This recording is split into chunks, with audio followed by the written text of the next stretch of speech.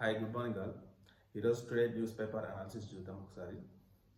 Actually నేను ఎక్కువ పెద్దగా రాజకీయ న్యూస్ ఎక్కువ చాలా తక్కువ చెప్తాను. మేజర్గా వచ్చేసి టూ టాపిక్స్ ఉన్నాయి. ఒకటి, ఇకపై జూన్ 25న రాజ్యాంగ హత్య దినం, అండ్ ఇంకోటి ఏంటంటే అక్టోబర్ నాటికి కాళేశ్వరంలో నీటి నిల్వ. ఈ రెండు టాపిక్స్ గురించి చూద్దాం. ఫస్ట్ ఏంటంటే జూన్ 25 రాజ్యాంగ హత్యా దినం. ఎమర్జెన్సీపై కేంద్రం గెజిట్ నోటిఫికేషన్. ఇప్పుడు కాంగ్రెస్ రివర్స్గా ఏం చేసిందంటే పెద్ద నోట్ల రద్దు ప్రకటించిన నవంబర్ 8న జీవనోపాధి హత్యా దినంగా ప్రకటించాలని ఎదురుదాడి చేస్తుంది అనమాట. ఓకే, యాక్చువల్లీ ఏమైంది, జూన్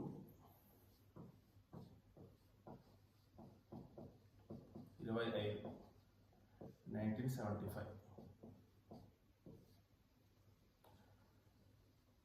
డెమోక్రటిక్ అంటే ఇండియన్ డెమోక్రటిక్ హిస్టరీలో ఒక చీకటి దినం. ఆ రోజు రియల్ భయంకరమైన చీకటి దినం. ఎందుకంటే ఒక మనిషి యొక్క ప్రాథమిక హక్కులను హరించిన రోజు అది. ఇది ఒక చీకటి రోజు.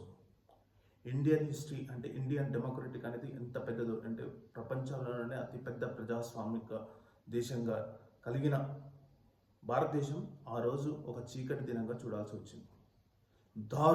దారుణమైన ఆర్టికల్ 352.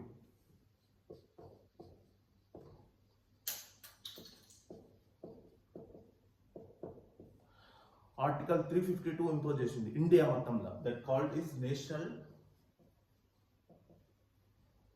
ఎమర్జెన్సీ.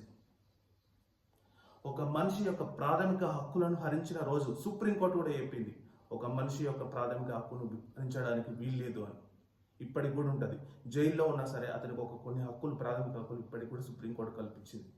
కానీ ఇందిరాగాంధీ చేసిన 1975 352 ఆర్టికల్ వల్ల ఏమైపోయిందంటే ఒక మనిషి యొక్క ప్రాథమిక హక్కులు కోల్పోయారు. ఒక మనిషి బయటకు రావడానికి ఇబ్బంది. ఎందుకు అరెస్ట్ చేస్తున్నారో రీజన్ లేదు.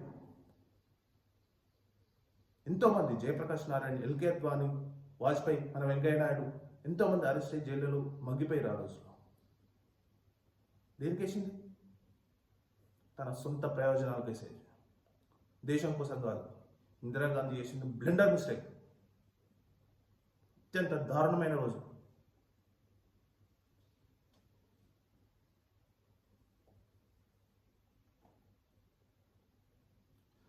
అంతకుముందు కూడా ఎమర్జెన్సీ వేసారు. ఈమె ఫస్ట్ కాదు వేసింది. అందరు అనుకుంటారు ఏంటంటే ఇందిరాగాంధీ ఫస్ట్ ఎమర్జెన్సీ వేసింది కాదు. 1962లో జవహర్లాల్ నెహ్రూ ఎమర్జెన్సీ విధించారు. ఎందుకంటే అప్పుడు ఇండో చైనా వార్ జరుగుతుంది. 352 ఆర్టికల్ ఏం చెప్తుందంటే ఏదైనా వార్ జరిగినప్పుడు కానీ, దేశంలో అల్లకల్లోలు జరుగుతున్నప్పుడు కానీ, ఎవరైనా ఎక్స్టర్నల్గా అంటే ఎవరైనా మత కల్లోలు సృష్టించినప్పుడు కానీ ఎక్స్ట్రీమ్ కండిషన్లో 352 ఆర్టికల్ ఇంపోజ్ చేయొచ్చు. అది రాజ్యాంగం ప్రకారం. కానీ ఇందిరాగాంధీ చేసింది ఏంటంటే తన పర్సనల్ కోసం. ఎందుకంటే 1971 ఎలక్షన్లో కాంగ్రెస్ పార్టీ 358 సీట్లు గెలుచుకుంది. గుర్తుపెట్టుకో, 1971లో కాంగ్రెస్ పార్టీ 358 సీట్లు విక్టరీ దేశం మొత్తంలో. అప్పుడు ఇందిరాగాంధీ రాయబరేలీ నుంచి పోటీ చేసింది. రాయబరేలీ. అప్పుడు రాజ్ నారాయణ అనే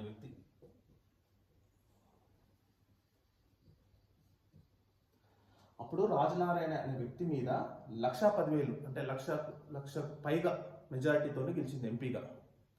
కానీ రాజ్ నారాయణ ఏం చేసిందంటే అలహాబాద్ కోర్టుకు వెళ్ళాడు. దేనికోసమని? ఈ ఎలక్షన్లో ఇందిరాగాంధీ చాలా అక్రమాలు చేసింది, చాలా నిధులు దుర్వినియోగం చేసింది, ఇది అక్రమ రిజల్ట్, ఈ ఎలక్షన్లు క్యాన్సిల్ చేయాలి అని చెప్పి ఇందిరాగాంధీ మీద కేసులు పెట్టాడు, ఫైల్ చేసాడు. అప్పటికి ఆమె ప్రైమ్ మినిస్టర్. కోర్టు అన్ని కేసులు కొట్టేసింది, ఇవి ఏం రుజువు లేవు. కానీ 2 కేసులు మాత్రం ఉంచింది. ఆ 2 కేసుల వల్ల 6 సంవత్సరాలు మేబీ పడుతుందేమో, జైలు శిక్ష పడవచ్చు, లేకపోతే నేను ప్రైమ్ మినిస్టర్గా రాజీనామా చేయొచ్చునేమో అనే ఉద్దేశంతో కాలేదు. కానీ కోర్టు ఆర్డర్ అలా ఇస్తుందేమోనన్న ఉద్దేశంతో ఆమె ఎమర్జెన్సీ విధించింది. ఆల్రెడీ 1971లో ఆమె ఎమర్జెన్సీ ఉంది. దేనికి ఉంది? అప్పుడు ఇండో పాక్ వార్ జరుగుతుంది. కానీ 1975లో అగైన్గా మళ్ళా సెకండ్ ఎమర్జెన్సీ విధించింది. సెకండ్ ఎమర్జెన్సీ విధించినప్పుడు 1975 జూన్ 25 ఎమర్జెన్సీ విధించినప్పుడు ఆమె కొడుకు సంజయ్ గాంధీ ఎంత దారుణాతి దారుణంగా ప్రవర్తించిందంటే రూరల్గా, బ్రూటల్గా ఎవరు కనిపిస్తే వాళ్ళని జైలు వేయడం, పిల్లలు పుట్టకుండా ఆపరేషన్ చేయడం. ఇంత దారుణం తెలుసా? ఒక డెమోక్రటిక్ కంట్రీలో పిల్లలు పుట్టకుండా ఆపరేషన్ చేయించింది కదా సంజయ్ గాంధీ. ఎంత దారుణం అంటే ఎంత అసలు నిజంగా అత్యాదినోత్సవం ఆ రోజులలో 21 months 1977 వరకు. ఈ ఎమర్జెన్సీ నుంచే ఎంతోమంది లీడర్లు పుట్టుకొచ్చారు. జయప్రకాష్ నారాయణ కానీ, ఎల్కే అద్వానీ కానీ, ఇట్లాంటి పెద్ద పెద్ద లీడర్లు పుట్టుకొచ్చారు ఈ ఎమర్జెన్సీ వల్ల.